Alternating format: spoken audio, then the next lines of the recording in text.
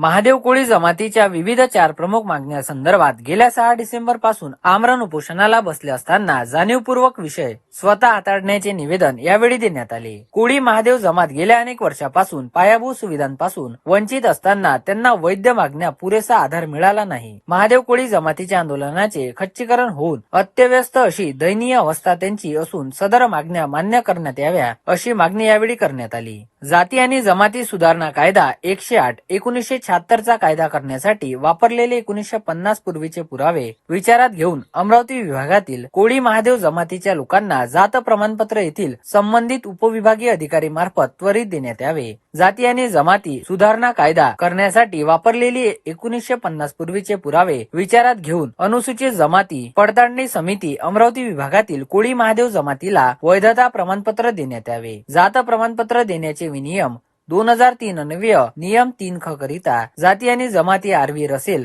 लिखित मानववंश शास्त्रज्ञ यांचे पान नंबर 532 ते 535 पर्यंत केलेला विस्तृत वर्णनात्मक पुरावा विचारात घ्यावा। विनियम 2003 अन्वये करिता मागितलेल्या वास्तव्याचा पुरावा करिता 1950 पूर्वीची कोळी नोंद असलेला कोतवाल बुक नक्कल वास्तव्याचा पुरावा म्हणून वापरावा। त्याचप्रमाणे अमरावती जिल्ह्यातील शेतकऱ्यांच्या विविध प्रश्नांसाठी त्याचप्रमाणे महादेव कोळी समाजाच्या मुख्य 4 समस्यांसंदर्भात नितीन कदम यांनी थेट विधिमंडळ गाठत मुख्यमंत्री एकनाथ शिंदे यांच्या समोर जिल्ह्यातील शेतकऱ्यांच्या व्यथा मांडल्या।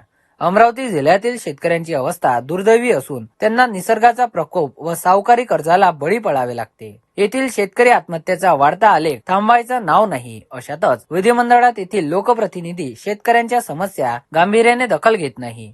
शासनाने मंजूर केलेल्या 1700 कोटी रुपयाचा अग्रिम पीक विमा हा जाहीर केला। त्या पीक विमा रकमेमध्ये अमरावती जिल्ह्याचे नावे फक्त 8 लाख रुपये देण्यात आली। त्या 8 लाख रुपयामध्ये शेतकऱ्यांची संख्या 10,265 एवढी असून म्हणजे प्रत्येक शेतकऱ्याला 78 रुपये येत आहे। ही पीक विम्याची रक्कम देऊन एका प्रकारे चेष्टा केल्याचे निष्पन्न झाले। Bureau report news 100।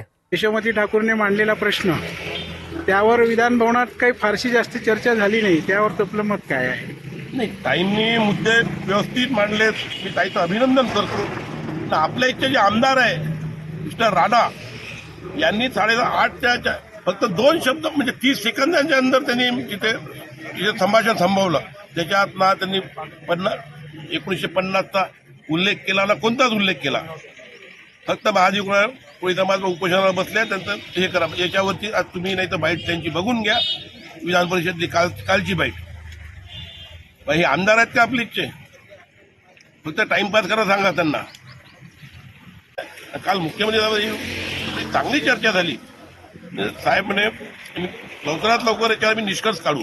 त्याच्यासाठी मी आमचे मित्र संतोषदादा बांगर आमदार हिंगोलीचे त्यांना म्हणलं तुम्ही पाठपुरावा करा दादा। कसं आहे आमचे इथचे आमदार जरा नौटंकी करायला जास्तच आहे, म्हणजे कोणता मुद्दा कसा जरा डायव्हर्ट न आराम म्हणजे हे करा इलेक्शनपर्यंत न्यायचा हा त्यांचा एक हेतू आहे। तो हेतू मी होऊ देणार नाही।